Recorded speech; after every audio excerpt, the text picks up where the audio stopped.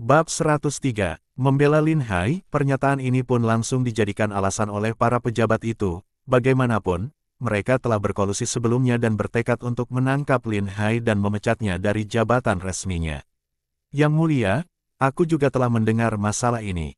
Chen Baoyu hanya menghancurkan sebuah kios sayur, yang harganya mungkin hanya 2 tael perak. Dia sudah dipukul dengan tongkat 20 kali, dan dia masih diharuskan membayar lebih dari 400 tak perak sebagai kompensasi.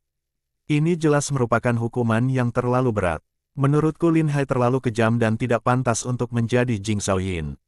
Aku mendukung usulan ini.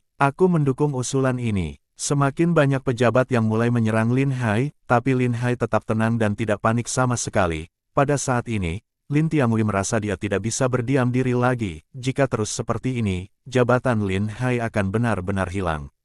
Ratu, ada yang ingin kukatakan. Silahkan bicara. Derajat sebagai prefek Jingzhou, Tuan Lin seharusnya bertindak atas nama rakyat. Karena dia menghancurkan kios seseorang dan menculik seorang wanita cantik, itu adalah kejahatan yang tidak bisa dimaafkan, maka hukuman yang pantas juga diperlukan. Terlebih lagi, 400 tael perak hanyalah setetes air di ember bagi Tuan Chen. Chen Deyong langsung sangat marah setelah mendengar perkataannya, setiap sen dari uang keluargaku diperoleh dengan susah payah. Sebagai pejabat, Anda harus mengadili kasus sesuai hukum. Anda tidak dapat membuat penilaian sewenang-menang secara pribadi. Lin Hai tersenyum dan berkata, aku ingin tahu apakah Tuan Chen memiliki dasar atau bukti atas penilaian sewenang-menang itu. Ini adalah istana kekaisaran, kamu tidak boleh memfitnah orang di depan Ibu Suri dan Kaisar. Kamu adalah buktinya. Apakah kamu memberikan hukuman 400 tak perak itu? Lin Hai mengangguk dan berkata, tentu saja aku mengakuinya. Yah, walaupun dia merampok seseorang di jalan, dia sudah dihukum dengan 20 pukulan tongkat. Tapi harga kios itu paling tinggi hanya punya beberapa ribu koin perak saja. Bagaimana dia bisa didenda ratusan tael perak? Lin Hai terkekeh dan berkata, Tuan Chen adalah seorang menteri personalia, tapi bisa tidak mengerti hukum Daxia. Hamba merasa sangat aneh dengan keadaan ini. Kamu jangan banyak omong kosong. Kenapa aku bisa tidak paham hukum? Hukum dinasti ini dengan jelas menyatakan bahwa jika seseorang menculik seorang wanita secara paksa, maka dia akan dipenjara selama 3 tahun, dan jika dia menyebabkan kerugian kepada orang lain, maka dia harus membayar kompensasi sebesar 2 kali lipat. Menurut aku, anak kamu sudah terlalu tua dan kurang disiplin. Dengan cara inilah dia diberi hukuman yang lebih ringan dan kesempatan untuk memperbaiki kesalahannya. Alasan dikenakannya denda 400 tak perak juga sudah diperhitungkan sesuai dengan hukum. Pertama, dia memukuli pemilik kios Liu Gui, yang menyebabkan dia terluka, jadi tentu saja dia harus membayar biaya pengobatannya juga. Selain kehilangan kemampuan untuk bekerja selama periode tersebut, ia juga mengalami kerusakan mental akibat syok yang ekstrim. Dia juga mengancam akan membunuh seluruh keluarganya, dan menyebabkan semua anggota keluarganya terus-menerus hidup dalam ketakutan. Bolehkah aku bertanya, Tuan Chen, dia hanya didenda 400 tael perak, apakah itu terlalu banyak? Lin Hai memandang Chen Deyong menjawab dengan dingin, ini benar-benar tidak masuk akal. Aku bertanya kepada putraku dan dia berkata bahwa ini bukan kasus penculikan seorang wanita, ini semua karena Liu Gui tidak membayar sewa kios tepat waktu sehingga dia pergi untuk memintanya. Hehe, Tuan Chen memang layak menjadi menteri. Dia bahkan bisa mengubah hitam menjadi putih. Ini jelas adalah kasus penculikan seorang wanita, tapi bisa berubah menjadi kasus penagihan utang. Namun, saat dia ditangkap, Tuan Muda sepertinya mengatakan sesuatu. Dia bilang, Ibu Suri Daxia, sudah buta dan tidak bisa menilai orang dengan akurat. Apakah kamu mengakui hal ini? Beraninya kamu mengucapkan kata tidak sopan seperti itu. Menurut hukum, kamu harus dipenggal. Kamu bohong. Ini semua fitnah. Chen Deyong berteriak dengan cemas. Biasanya, jika seseorang mengatakan hal seperti ini, tidak akan jadi masalah jika diabaikan saja. Namun jika benar-benar diusut, ini akan menjadi kejahatan serius. Tentu saja dia tidak mau mengakuinya. Tidak apa-apa jika kamu tidak mengakuinya. Aku punya banyak saksi. Bukan hanya 20 pejabat penegak hukum yang mendengar hal ini dengan telinga mereka sendiri, tetapi banyak orang yang menyaksikan kejadian ini juga mendengarnya dengan jelas. Chen Deyong tidak dapat menyangkalnya lagi, terlebih, semua orang itu adalah anak buah Lin Hai, bahkan jika dia ingin menyuap atau mengancam, tidak akan ada gunanya. Tuan Chen, apakah itu benar? Wajah Gong Yanwu menjadi sedingin es, dan matanya tertuju pada Chen Deyong. Chen Deyong sangat cemas hingga berkeringat dengan deras. Dia segera menjawab, aku benar-benar tidak tahu masalah ini. Jika anakku berani mengucapkan kata-kata pengkhianatan seperti itu, maka aku akan memberinya pelajaran ketika aku pulang nanti. Tolong, Ibu Suri, ampunilah nyawa putraku karena usianya yang masih muda dan kecerobohannya. Lin Hai mengepalkan tinjunya dan berkata, aku, pejabat kecil, juga meminta Ibu Suri untuk memberikan keringanan hukuman. Gong Yanwu terkejut. Dia tidak pernah berpikir bahwa Lin Hai akan mengambil inisiatif untuk membantu pihak lawan. Tak hanya itu, seluruh pejabat di aula pun tercengang. Mengapa aku harus memberikan keringanan hukuman kepadanya? Gong Yanwu bertanya dengan dingin. Saya rasa semua ini bisa terjadi karena Tuan Chen adalah menteri personalia yang sangat sibuk. Dia bekerja keras untuk urusan pemerintah dan tidak punya waktu untuk mendisiplinkan putranya. Hal ini menyebabkan putra Tuan Chen menjadi seorang playboy. Karena aku sudah memberinya pelajaran sekali, maka aku berharap Ibu Suri bisa memberinya kesempatan, demi kesetiaan Tuan Chen kepada negara. Mohon maafkan dia kali ini. Lin Hai berkata dengan serius, tak satu pun pejabat di seluruh aula yang mempercayai kata-kata Lin Hai. Tidak lama kemudian, semua orang baru menyadari bahwa Lin Hai sangat pintar dan menggunakan kejadian ini untuk memberi jalan keluar kepada Chen Deyong. Dia secara khusus memohon keringanan hukuman ini untuk membantunya membebaskan dirinya dari kejadian ini. Chen Deyong juga tahu bahwa dia telah bertemu dengan lawan yang kuat, dan tidak akan mudah menghadapi Lin Hai di pengadilan. Jika dia terus melanjutkan masalah ini, orang lain pasti akan mengira dia tidak tahu berterima kasih. Dia bisa mencari kelemahan Lin Hai nanti. Gong Yanwu segera memahami pikiran Lin Hai. Dia mengangguk dan berkata, aku bukan orang yang kejam. Aku akan mengampuni nyawa putramu demi kerja keras dan kontribusi besar Tuan Chen selama ini. Namun, hal ini tidak boleh terulang lagi. Jika dia berani mengulang lagi, maka dia akan dihukum atas kedua kejahatan tersebut. Chen Deyong berkata, terima kasih atas kebaikan yang mulia, Ibu Suri. Aku pasti akan mendisiplinkan putraku ketika aku kembali nanti. Lin Tiangui menghela nafas lega. Dia tidak menyangka Lin Hai bisa begitu pintar. Pertama, dia mengetahui kelemahan pihak lain dan membuatnya menderita dalam diam, tapi dia menjadi khawatir lagi. Keluarga Chen tidak akan membiarkan kejadian ini berlalu setelah kehilangan harga diri yang begitu besar. Di masa depan, dia pasti akan menganggap Lin Hai sebagai duri di dalam dagingnya dan mencoba segala cara untuk menyingkirkannya. Lin Tiangui berpikir untuk ekstra hati-hati untuk menghadapi Lin Hai di masa depan. Jika dia dalam bahaya, dia harus diselamatkan bagaimanapun caranya. Lin Hai berdiri di dekatnya dan sangat mengantuk. Entah berapa lama, akhirnya sidang pun sudah berakhir. Matahari telah terbit tinggi saat ini. Lin Hai adalah orang pertama yang ingin segera keluar dan pulang untuk tidur lebih awal. Gong Yanwu berkata, Lin Hai, mohon tetap di sini. Ada yang ingin aku tanyakan langsung kepada kamu.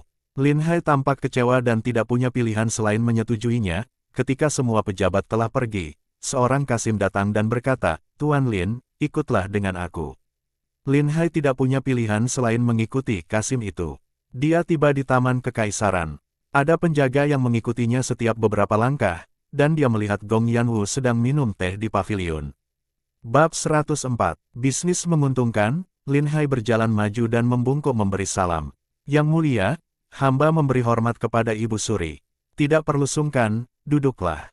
Terima kasih, Ibu Suri. Lin Hai duduk tepat di depan Gong Yanwu. Gong Yanwu sedikit terkejut saat melihat kejadian ini. Biasanya, pejabat setingkat itu tidak diperbolehkan duduk di depannya, sekalipun tidak perlu bersikap sopan. Mereka tetap harus menjawab dengan hormat, hamba tidak berani. Kemudian berdiri di samping dan menunggu, bahkan orang dengan jabatan tinggi hanya bisa duduk separuh menyamping saat duduk. Mereka tidak bisa menghadapi Ibu Suri secara langsung. Siapa yang mengira bahwa hanya dengan ucapannya sopan yang santai, Lin Hai benar-benar akan duduk di depannya dengan santai. Matanya tertuju pada sepiring apel dan anggur di atas meja. Gong Yanwu tertegun sejenak, lalu langsung mengerti apa yang sedang terjadi. Karena Lin Hai dari dulu tinggal di pedesaan dan tidak memahami aturan istana, jadi dia tidak bisa disalahkan. Biarkan saja kementerian yang akan mengajarinya di masa depan. Yang paling penting bagi Gong Yanwu adalah apakah Lin Hai bisa membantunya menekan para pejabat korup yang berkuasa dan membantu menstabilkan keadaan istana. Selain itu, Lin Hai juga telah membantu mengumpulkan uang dalam jumlah yang besar sebelumnya. Hal ini membuat Gong Yanwu memandangnya dengan kagum. Pada hari pertama menjabat, dia memberi pelajaran kepada putra Chen Dayong dan membuat Chen Dayong kehilangan kesabaran. Kemampuan semacam ini jauh melebihi kemampuan kebanyakan pejabat. Gong Yanwu menaruh harapan besar pada Lin Hai dan berharap bisa mengangkatnya menjadi tangan kanannya. "Jika kamu ingin makan, makan saja," kata Gong Yanwu. "Derajat, terima kasih, Ibu Suri. Sejujurnya, ini masih terlalu pagi untuk pergi ke istana. Aku hanya makan semangkuk kecil bubur tadi pagi dan perutku sudah keroncongan karena lapar." Lin Hai sama sekali tidak sungkan. Dia mengambil sebuah apel di satu tangan dan seikat anggur di tangan lainnya dan mulai memakannya dalam suapan besar. Para pelayan istana dan Kasim di sampingnya tercengang. Dia berani makan di depan Ibu Suri dan membiarkan Ibu Suri menontonnya. Hal seperti ini benar-benar belum pernah terjadi sebelumnya. Mulut Lin Hai penuh dengan makanan, dan dia berbicara dengan tidak jelas. "Ibu Suri memanggilku ke sini, ada masalah apa?" "Aku ingin memberitahu kamu bahwa karena kamu adalah Jing Shaoyin, aku juga berharap kamu akan membuat keputusan yang adil untuk rakyat. Namun kamu tetap harus berhati-hati agar tidak menyinggung perasaan orang tertentu, kalau tidak, mungkin ada saatnya aku tidak akan bisa melindungimu." Gong Yanwu berkata terus terang, dia ingin bertemu langsung dengan Lin Hai hari ini hanya untuk memberinya beberapa instruksi. Lagi pula, terlalu sedikit talenta yang berada di pihaknya. Paling, hanya Lin Tiangyue yang dapat diandalkan. Lin Hai telah bertindak dengan sangat baik sejauh ini, jadi Gong Yanwu berencana melatih Lin Hai menjadi lebih baik. Hehe, ada yang ingin kukatakan tapi aku tidak tahu apakah aku boleh mengatakannya atau tidak. Lin Hai berkata sambil tersenyum. "Tidak ada orang luar di sini, kita semua bisa dipercaya, silakan beritahu aku." Sebenarnya aku tidak pernah menganggap serius para menteri-menteri itu. Kalau mereka pejabat baik yang mengabdi pada negara dan rakyat, tentu aku akan sangat menghormati mereka. Namun demi mengendalikan situasi politik, mereka malah mengabaikan perintah Ibu Suri dan Kaisar. Apa gunanya mempertahankan pejabat seperti itu? Meskipun Gong Yanwu setuju, dia merasa Lin Hai masih terlalu muda dan sudut pandangnya terlalu dangkal. "Bagus sekali jika kamu berpikir demikian, tetapi para menteri dan keluarga bangsawan ini tidak mudah untuk dihadapi. Jika aku membuat mereka tidak senang, aku tidak akan bisa mengendalikan pemerintahan. Sekarang Daxia tidak berada di tangan istana dan kaisar ini. Semua yang aku lakukan bergantung pada suasana hati mereka." Gong Yanwu menghela nafas dan berkata, "Kalau kekuatan mereka hilang, mereka pasti akan tunduk kepada Ibu Suri." Lin Hai berkata dengan serius, "Oh, apa maksudmu?" "Karena kekuatan militer, sang raja berdiri di sisi Ibu Suri, dan Ibu Suri menguasai sebagian besar kekuatan militer Daxia. Di hadapan kekuatan yang absolut, konspirasi atau trik apapun hanyalah seekor macan kertas. Hanya saja Ibu Suri yang mempedulikan keselamatan negara Daxia dan rakyatnya, sebenarnya sangat mudah untuk menghadapi orang itu. Jika Ibu Suri ingin orang-orang ini patuh, aku dapat membantu dengan segenap kekuatanku." Kata Lin Hai. Gong Yanwu melirik Lin Hai dan merasa bahwa dia masih tidak tahu tentang besarnya dunia.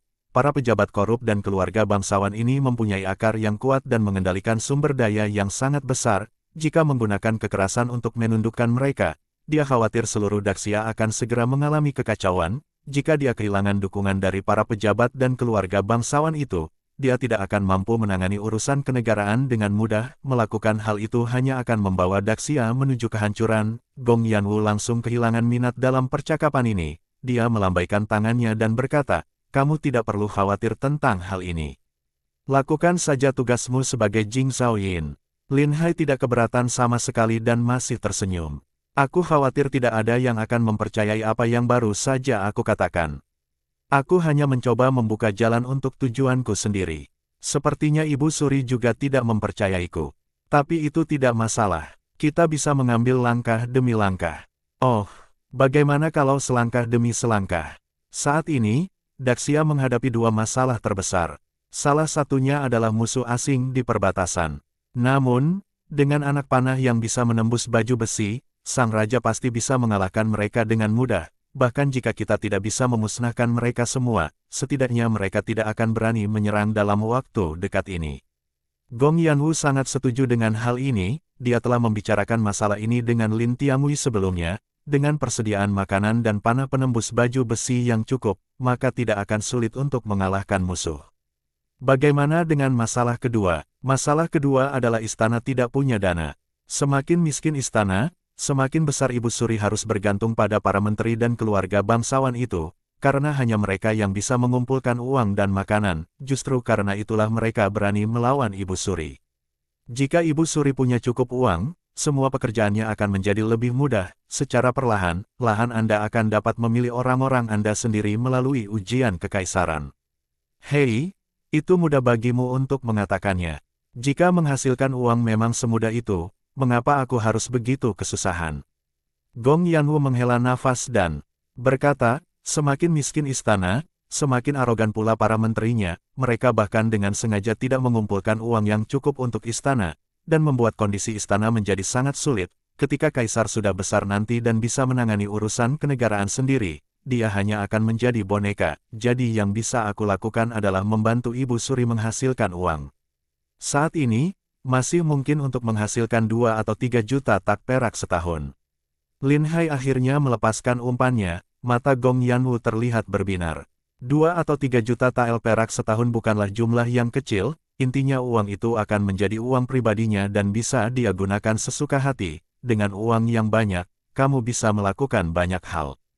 Apakah cara kamu menghasilkan uang itu legal? Tentu saja, dengan bisnis yang sah. Bisnis apa? Katakan padaku. Bisnis pembuatan anggur, kata Lin Hai. Gong Yanwu kecewa setelah mendengar ini.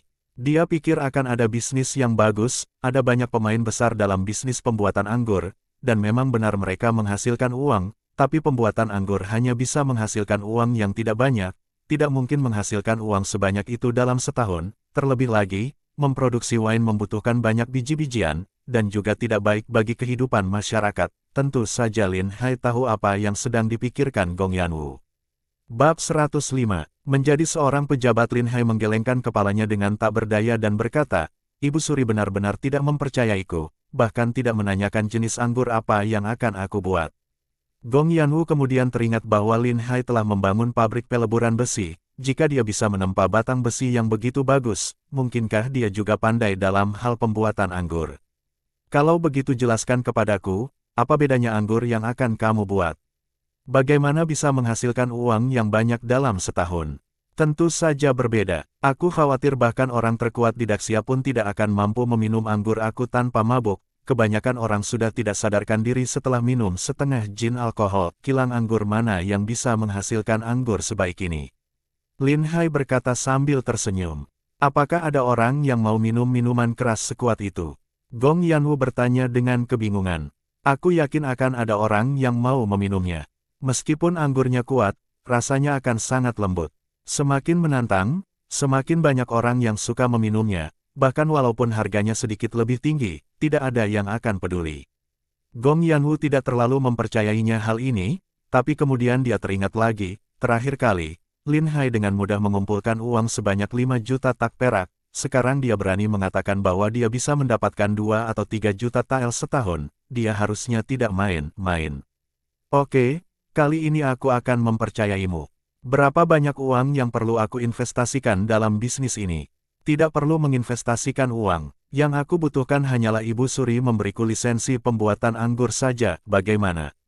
Dengan bisnis ini kita akan membagi keuntungan secara merata. Gong Yanwu tidak tahu banyak tentang urusan bisnis, tapi karena dia bisa mendapat uang tanpa harus melakukan apapun, tentu saja dia sangat senang. Terlebih lagi, bisnis pembuatan wine dikuasai oleh keluarga besar di Daxia. Jika dia tidak memberikan lisensi pembuatan anggur kepada Lin Hai, dia sendiri juga tidak akan mendapatkan keuntungan apapun.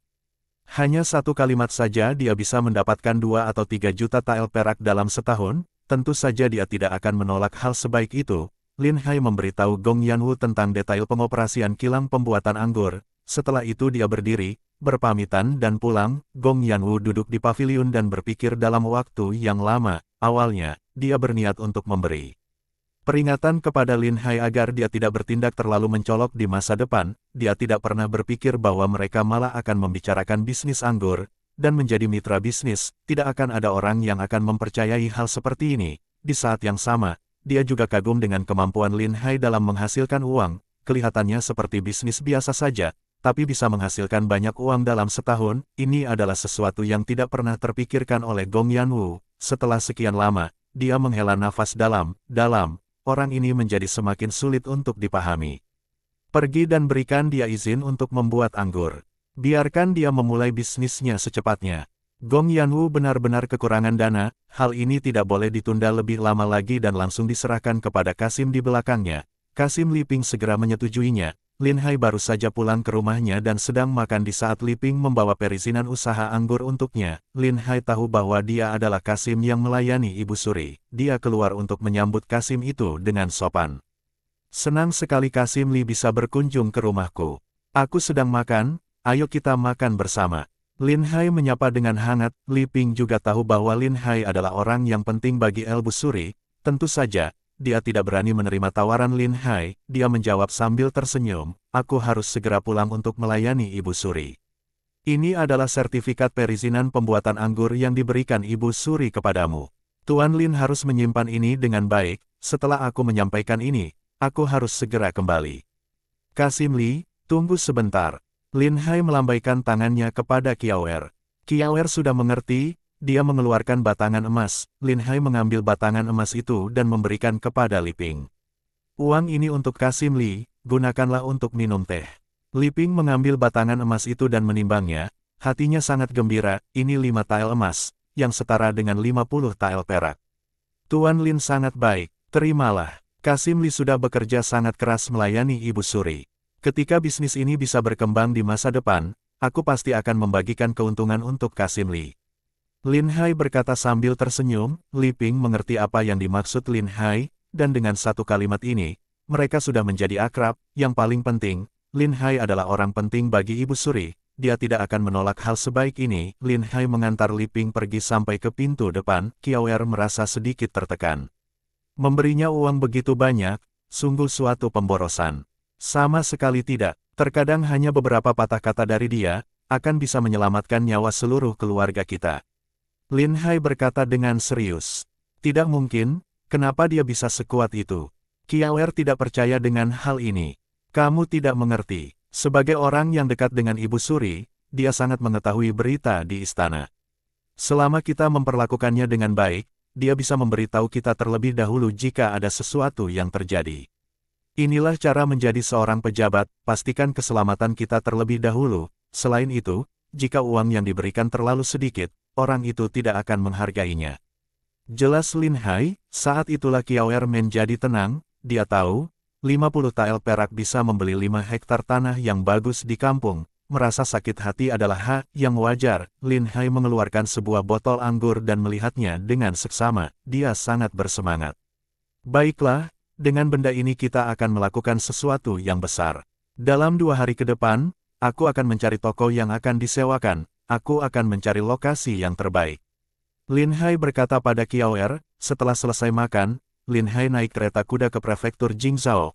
Ada banyak orang berada di depan pintu untuk meminta keadilan. Semua itu adalah kasus yang kecil. Orang yang digugat tidak lain hanyalah orang biasa atau mereka yang berkonflik dengan tetangganya. Lin Hai menyerahkan kasus seperti ini untuk ditangani oleh Wang Chenggang dan Zhao Wenfeng. Jika itu bukan kasus penting, dia tidak akan menanganinya. Lin Hai juga tahu bahwa tidak lama lagi banyak orang yang akan datang untuk meminta keadilan, karena rakyat sedang menunggu dan mengawasi, melihat apakah Lin Hai akan mendapat balasan karena telah memukul tuan muda keluarga Chen, apakah dia bisa terus menjadi seorang Jing Shaoyin.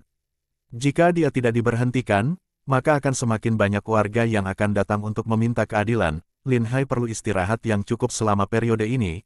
Pada saat yang sama, dia juga mempelajari undang untuk mempermudah pekerjaannya di kemudian hari. Mungkin karena kasus kemarin, Lin Hai sudah menarik perhatian banyak orang. Hari ini, ada cukup banyak orang yang datang untuk meminta keadilan.